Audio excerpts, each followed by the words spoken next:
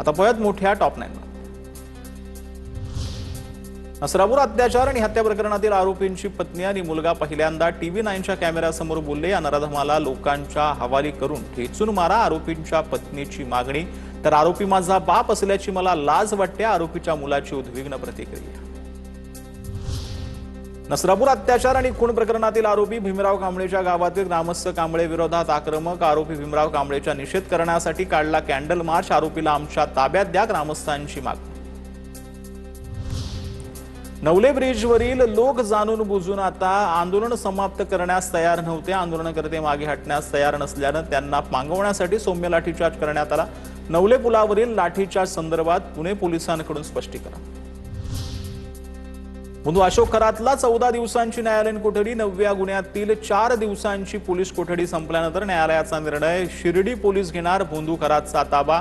Shirdi police ठाण्यात फसवणुकीसह सावकारीचाही गुन्हा दाखल। न्यायालयीन प्रक्रियेनंतर शिर्डी पोलीस ताब्यात घेणार। टीसीएस प्रकरणातील संशयित आरोपी निदा खान 24 दिवसांपासून फरार। एसआयटी कडून शोध सुरू। निदाला आश्रय देणारे नातेवाईकांसही पोलिसांच्या रडार।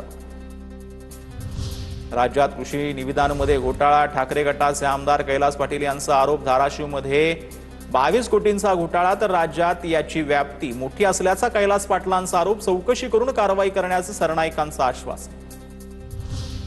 कुंभमेळ्याच्या पार्श्वभूमीवर महंत हरिगिरी महाराजांचा सरकारकडे मागण्या। कुंभनगरीसाठी गौतम ऋषी विद्यापीठ आणि त्र्यंबकेश्वरची हद्द वाढवून घाटाचा विस्तार करण्याची मागणी।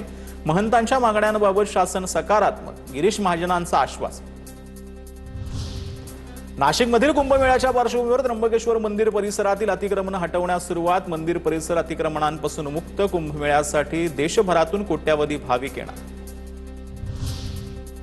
पुण्यातील नवले पुलावर पुन्हा भीषण अपघात झालेला आहे। आंब्याचा कच्चा माल घेऊन जाणाऱ्या पिकअप आणि ट्रकमध्ये धडक झाली आहे। दोन्ही गाड्यांमधील एका चालकाचा मृत्यू झालाय। महादेव शेंडे असं मृत चालकाचं नाव आहे।